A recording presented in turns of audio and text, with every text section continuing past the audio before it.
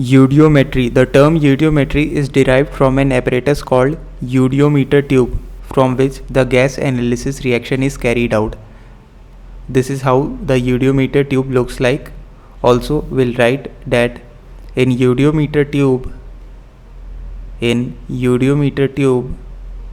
the experiments or the experiments are carried out at, basically there are two requirements for a reaction to be carried out in an eudiometer tube. So the two requirements are, the first one is that there should be constant pressure inside the eudiometer tube, and second one is there should be a constant temperature. So these two are the basic requirements for a reaction to be carried out in an eudiometer tube. So just keep this in mind, very simple. Also, generally room temperature and pressure is considered here. Now moving further, we'll write, by ideal gas equation we know PV is equal to nRT, right? And as we discussed, for eudiometer tube, pressure and temperature should be constant. The value of R is constant, so PRT is constant here. So V is directly proportional to N, right, for eudiometer tube. So we can write volume of gas is directly proportional to moles of gas. This is very important to know for solving numericals in eudiometry. V is directly proportional to N. Also, we'll discuss an important term which is volume contraction, VC, and volume expansion, which is VE. So what is volume contraction? Basically it is initial volume minus final volume, Vi minus Vf. Similarly, volume expansion is V final minus V initial. So these are two important terms. Now we'll solve few problems. So first, find out volume contraction or volume expansion in the following. Basically first determine what's occurring in these reaction, volume contraction or expansion, then find out their values. So let's say, first example, N2 in gaseous state combines with 3 moles of S2 in gaseous state to form 2 moles of ammonia in gaseous state. Let's say initially we have 10 milliliters of nitrogen gas and 30 milliliters of hydrogen gas, which combine to form ammonia, and finally we don't know how much of these will be left and how much ammonia will be formed. So now we'll do the calculation to find it out, so we can determine volume contraction or expansion. So the solution is, here the stoichiometric coefficient is 1 and for hydrogen it is 3, right? So we'll first find the limiting reagent. How we find the limiting reagent? Simply divide volume to the respective stoichiometric coefficient. For hydrogen it will come out to be 10. Similarly for nitrogen it will come out to be 10 divided by 1, which is 10. So in both the cases they are the same, so both are LR. Both, basically nitrogen and hydrogen are LR, so both will be consumed. So 0 milliliters of nitrogen and hydrogen will be left, and for determining how much volume of ammonia will be formed, we'll use simple unitary method. So from 1 mole of nitrogen, 2 mole of ammonia is formed. So we know volume is directly proportional to moles, so instead of moles we can use the volume. So 10 milliliters of nitrogen will form 2 multiplied by how much milliliters of ammonia? So it will simply be 2 multiplied by 10, right, which is 20 milliliters. So 20 milliliters of ammonia will be formed after the reaction is over, right? So simply putting the value here, so it is 20. So initially how much volume was there? It was 10 plus 30, right? So we'll write V initial is equal to 10 plus 30 milliliters, which is 40 milliliters, right? Similarly, V final, the final volume is only ammonia is left and how much is that? It is 0 plus 0 plus 20. Only ammonia is left, so it will come out to be 20 milliliters. So we can clearly see here that initial volume is greater than final volume, right? Vi is greater than Vf. This means that volume contraction has occurred. The formula for volume contraction is Vi minus Vf. It will be 40 minus 20 milliliters. V contraction is 40 minus 20 milliliters. It will come out to be 20 milliliters. So simply this will be our answer. Now moving further, we'll solve another part here. Let's say again nitrogen in gaseous state combines with 3 moles of hydrogen in gaseous state to form 2 moles of ammonia in gaseous state. Initially, let's say we'll change the values here. Initially, let's say we have 10 milliliters of nitrogen and 40 milliliters of hydrogen gas, and finally we don't know how much of these will be left and how much ammonia will be formed, right? So in order to determine volume contraction and expansion, we'll have to first find the LR here. So for nitrogen we can write 10 divided by 1, it will be 10, and similarly for hydrogen it will be 40 divided by 3.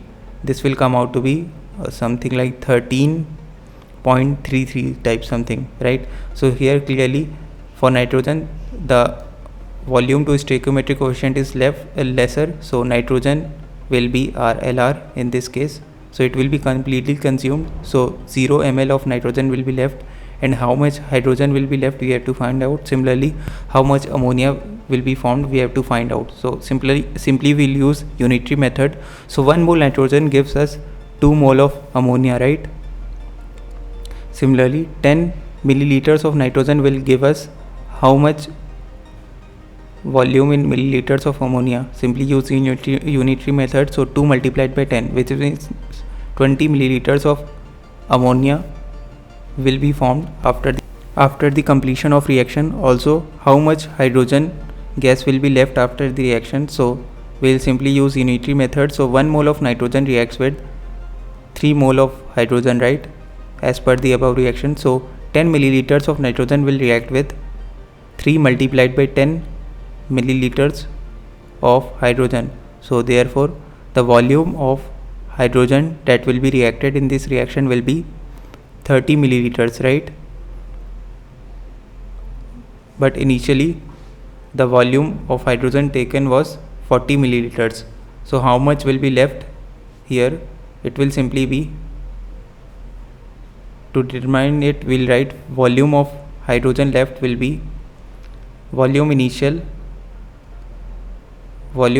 minus volume of hydrogen that has reacted. So it will be 40 minus 30 milliliters. It will come out to be 10 milliliters. So this is the amount of hydrogen that will be left here.